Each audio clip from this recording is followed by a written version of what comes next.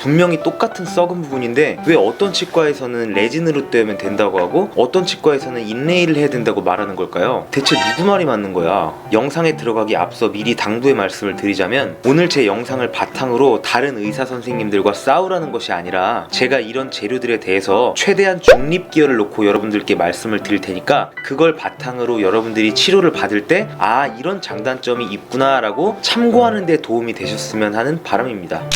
자, 우선 쉽게 구분하는 법을 말씀드리자면 여러분들이 치과에 방문하셔서 체어에서 그날 모든 게 끝났다면 그것은 레진일 확률이 99%입니다. 거기다가 이런 파란색 불빛이 나오는 광주사기를 썼다면 레진일 확률은 99.99999 그리고 치과에서 한 번에 끝나는 것이 아니라 첫날에는 이렇게 위잉하는 핸드피스라는 기구로 치아를 파내고 그곳을 본을 떠서 두 번째 방문했을 때 이렇게 지도처럼 생긴 조각을 치아에 정확하게 맞춰서 시멘트를 이용해서 접착시켰다면 그것은 인레이일 확률이 99.99999 이때 인레이는 무조건 금색이 아니냐, 나는 치아에 금색으로 되어 있는 것이 없어, 그래서 나는 인레이를 한 적이 없어 라고 말씀하시는 분들도 있는데요, 인레이는 재료의 이름이 아닙니다. 인레이는 보철물의 방식 이름을 말하는 것이고요, 그것을 금으로 만들었으면 금 인레이, 세라믹으로 만들었으면 세라믹 인레이가 되는 거예요. 따라서 반드시 인레이라는 보철물이 금색일 필요는 없는 거죠. 인레이를 케이크라는 말에 비유를 했을 때 케이크를 초코로 만들었으면 초코색, 생크림으로 만들었으면 흰색인 것과 같은 이치인 거죠. 케이크가 무조건 흰색이 아니냐라고 말할 수 없는 것과 같은 맥락입니다. 저는 보통 환자분들에게 레진은 치아색 나는 플라스틱이라고 설명을 드립니다. 대명작 원피스 여러분들 잘 아시죠? 원피스 피규어 중에서 이렇게 레진으로 만든 피규어가 있는 거를 알고 계실 겁니다.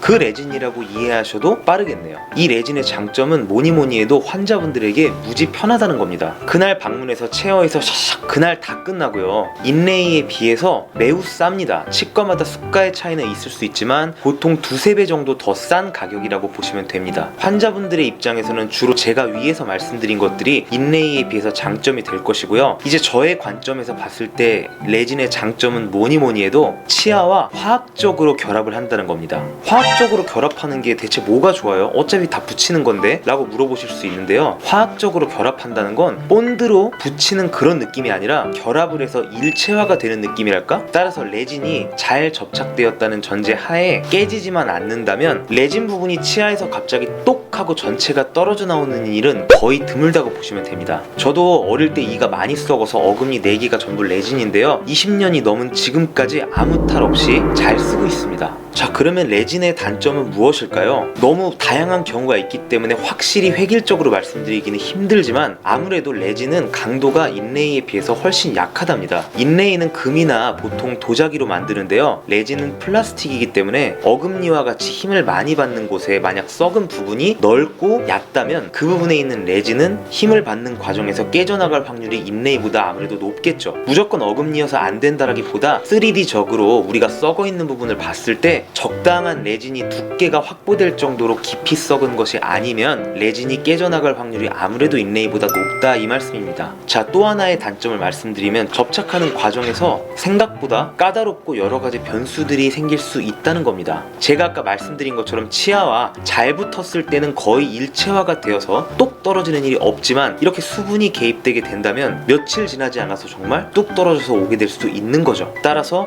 붙이는 과정에서 상당히 까다로움과 테크니컬 센서티브한 면이 있다 라고 알고 계시면 됩니다. 자, 다음으로 이제 아까 말씀드린 테트리스 조각과 같은 인레이의 장단점에 대해서 설명을 드리려고 하는데요, 신기하게도 이 인레이는 레진과 장단점을 서로 보완하는 관계에 있습니다. 즉 인레이의 단점을 레진이 커버할 수 있고 레진의 단점을 인레이가 커버할 수 있는 그런 관계라고 보시면 되는 겁니다. 인레이의 장점은 아까 말씀드린 것처럼 레진은 약해서 잘 깨지는 대신에 인레이는 금이나 세라믹 조각으로 되어 있기 때문에 이렇게 재료 자체가 똑하고 부러지는 경우는 레진에 비해 훨씬 드뭅니다. 따라서 썩은 부분이 얇다고 해도 그 부분의 재료 자체가 워낙 강하기 때문에 어금니와 같이 힘이 많이 받는 부분에 쓰여도 그런 부담을 덜게 되는 거죠. 그리고 아까 레진은 수분이나 타액이 섞이게 되면은 엄청 접착력이 약화가 되는 까다로움이 있다고 했지만 인레이는 화학적으로 결합하는 것이 아니라 그냥 본드로 붙이는 것이기 때문에 이런 까다로움이 훨씬 덜합니다. 인레이의 단점은 아까 말씀드린 레진의 장점 장점의 반대라고 생각하시면 돼요. 레진은 그날 끝났죠. 하지만 인레이는 첫째 날은 파내고 똑같은 테트리스 조각을 만들기 위해서 본을 떠야 되기 때문에 그날로 끝나지 않습니다. 따라서 환자분이 2번 오셔야 된다라는 그런 번거로움이 있고요. 레진은 치아와 화학적으로 붙어서 일체화가 되는 느낌이라고 했다면 인레이는 그냥 치아에 이물질을 시멘트를 이용해서 턱 붙이는 그런 느낌인 겁니다.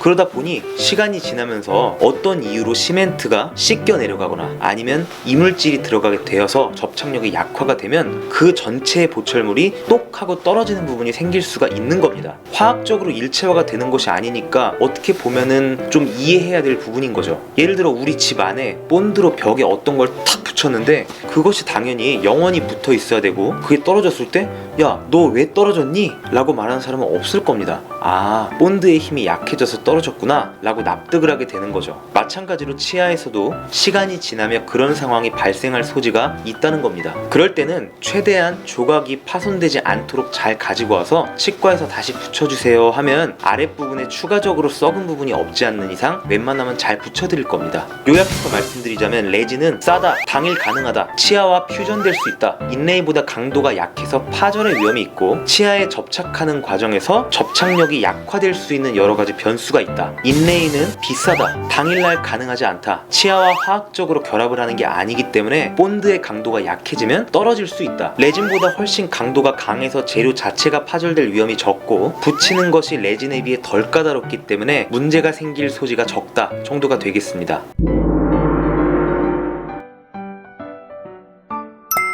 이처럼 레진이나 인레이는 충치를 치료하는 데 있어서 장단점을 나눠 갖는 방식이기 때문에 어느 것이 더 좋다라고 말할 수 없습니다. 충치가 생겨서 온 환자들마다 그 상황과 여건이 모두 너무나도 다르기 때문에 고려해야 될 요소가 생각보다 많습니다. 썩은 치아가 앞니인지 어금니인지, 그리고 그 썩은 부위는 얕은지 아니면 깊은지 넓은지, 환자분의 교합은 어떤지, 그리고 신경은 예민한지 등 상황에 따라 너무 다양한 요소들이 나올 수 있기 때문에 오늘은 정말 적인 재료의 장단점에 대해서 알려드린 것이다 라고 이해하시면 되겠습니다. 오늘의 결론, 레진, 인레이는 서로의 장단점을 나눠 갖는 치료의 방법이기 때문에 자신의 상황에 맞춰서 의사의 지시에 따라 수복하면 된다.